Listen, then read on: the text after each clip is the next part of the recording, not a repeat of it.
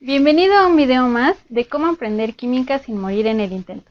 Si estás viendo este video, seguramente es porque estás teniendo tu primer acercamiento con la química analítica y quieres entender mejor de qué va el asunto. Para entender mejor esta rama de la química hay que saber cómo y de dónde surge, así que te recomiendo que vayas por una tacita de café, ya que empezaremos a hablar de un poco de historia. Considerando la química analítica como una ciencia, debemos de tomar en cuenta que su origen va de la mano con las necesidades del ser humano. La química, en general, encuentra su origen con los filósofos griegos, donde comienza a tomar forma el pensamiento crítico, ya que ellos comienzan a observar con detenimiento su entorno y a cuestionarlo. Comienzan a preguntarse de qué está hecha la materia y son los griegos quienes, a partir de observaciones, proponen que la materia se encuentra formada por 4 elementos y la combinación de estos mismos, los cuales son fuego, agua, tierra y aire. Más adelante, también entre ellos surge la teoría atomista, la cual propone que la materia está compuesta por partículas muy pequeñas e indivisibles. Posteriormente, los egipcios comienzan a orientar el conocimiento hacia la experimentación, buscando la forma de desarrollar nuevos materiales o nuevas sustancias. Sin embargo, llega la conquista de los árabes y son ellos los que comienzan a combinar el conocimiento de los egipcios con el de otras regiones como China y Persia. Es aquí donde surge la alquimia, esa ciencia primitiva que todos conocemos como el origen de la química hoy en día. Esto surge en la búsqueda de dar explicación a diferentes fenómenos. Sin embargo, la alquimia comienza a volverse popular hasta la era medieval, donde uno de los objetivos principales de los alquimistas era la búsqueda de la piedra filosofal. Seguramente has escuchado hablar de ella. En otras palabras, ellos deseaban transformar a la materia en oro.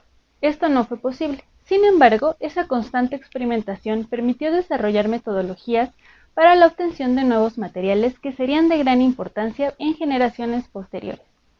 No es hasta Robert Boyle cuando se sienta uno de los primeros antecedentes de la química analítica como tal.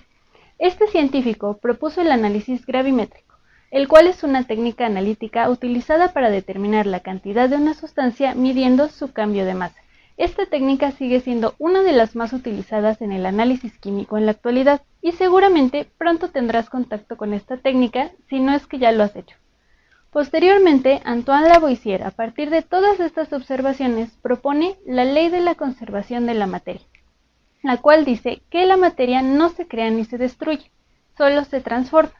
Es Lavoisier al que se le conoce como el padre del análisis cuantitativo. Unos años más tarde, Bunsen y Kirchhoff son considerados los padres de la espectroscopía, esta técnica actualmente fundamental para el análisis químico. Después llega un científico muy renombrado y de gran importancia en química analítica. Él es Gay-Lussac, ya que a él se le considera un gran impulsor del análisis por titulaciones, el cual es un método de análisis clásico. Durante el siglo XIX y gracias a los avances en el análisis químico, llega un boom en el descubrimiento de nuevos elementos. Sin embargo, la química analítica sigue siendo considerada únicamente como una herramienta para las demás ramas de la química, es decir, que sigue siendo de cierta forma subordinada. Otro de los científicos que contribuyó a sentar las bases de la química analítica moderna fue Gibbs. Este personaje comienza a ir de la mano con otra rama de la química muy conocida, la termodinámica. Gracias a esto introdujo conceptos como energía libre, potencial químico y equilibrio químico, entre otros. Le siguen Michael Faraday y Walter Nernst. Estos científicos sentaron las bases del electroanálisis. Gracias a Faraday surgen conceptos como anión, catión, electrodo, ánodo y cátodo, los cuales son de gran importancia en la química de soluciones. Nernst, por su parte, es considerado el padre de la química electroanalítica y propuso la ecuación que lleva su nombre, abriendo la puerta a técnicas como potenciometría, voltametría, polarografía, entre otras. Unos años más tarde comienzan a nombrarse los primeros premios Nobel. Uno de ellos, Wilhelm Ostwald, dice que la química analítica se encuentra en una posición subordinada respecto a las otras ramas de la química, por lo cual levanta la voz y hace un llamado a los químicos analíticos a hacer ciencia más allá del análisis químico. Esto considerando una formación integral y no únicamente la interpretación de datos o la formulación de metodologías, sino buscar información más detallada acerca de las muestras a analizar, como su composición química, para entender qué información debía tomarse en cuenta. Esto generó un boom ahora en la química analítica moderna, y es Svante Arrhenius quien propone la disociación de electrolitos en medio acuoso. Por ejemplo, cuando se disuelve una sal en agua, hablemos del cloruro de sodio, la interacción con este medio implica la ruptura del enlace iónico, lo que da la separación de los iones sodio y los iones cloruro, esto generando lo que se conoce como un electrolito. A partir de este conocimiento, Sorensen propone el concepto de acidez y la escala de pH. Otros químicos de gran importancia para la química analítica son Bronsted y Lowry, quienes proponen la definición de ácidos y bases. Esta es la definición más utilizada en química analítica e involucra el intercambio de iones hidrógeno. Así es como llegamos al siglo XX, donde un científico francés de nombre Gaston Charlot propone lo que se conoce como el modelo donador-partícula. A través de este modelo se explica que en todo sistema químico hay una especie que se va a encargar de donar algo, mejor conocido como partícula, habiendo presente otra especie capaz de recibir esa partícula.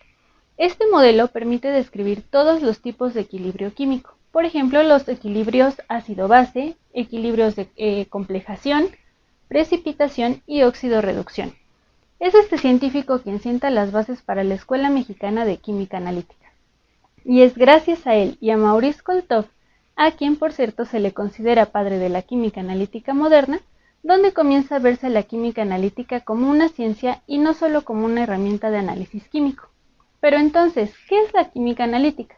Una definición integral menciona que la química analítica es una ciencia metrológica que tiene como finalidad la determinación de la composición química de una muestra, para lo cual proporciona métodos y herramientas para separar, identificar y determinar la composición de cualquier material. La química analítica busca responder 4 preguntas: ¿qué?, ¿dónde?, ¿cuánto? Y ¿en qué forma química o estructura? Aquí es importante que diferenciemos la definición de química analítica de la del análisis químico, ya que el análisis químico es únicamente la adquisición de información sobre la composición o estructura de un material mediante la aplicación de un proceso analítico. Esta definición es dada por Valcárcel. Como podemos darnos cuenta, el análisis químico es una herramienta de la cual hace uso la química analítica para obtener información acerca de determinada muestra.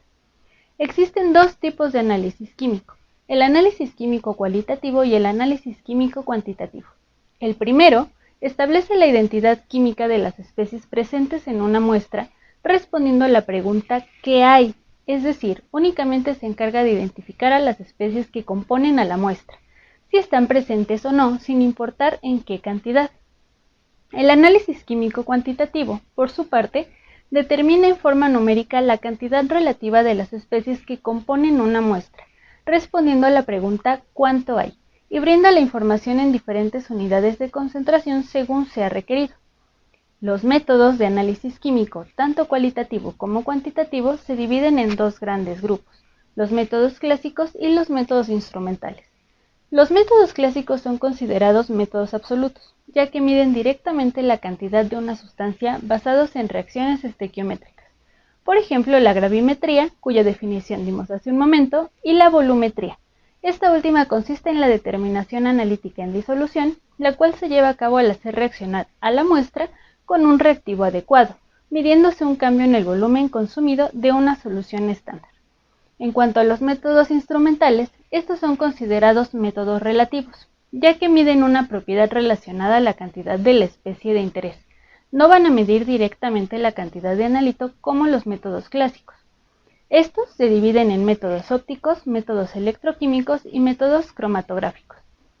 En cuanto al campo de aplicación de la química analítica, vamos a encontrar que esta es actualmente la rama de la química con mayor aplicación.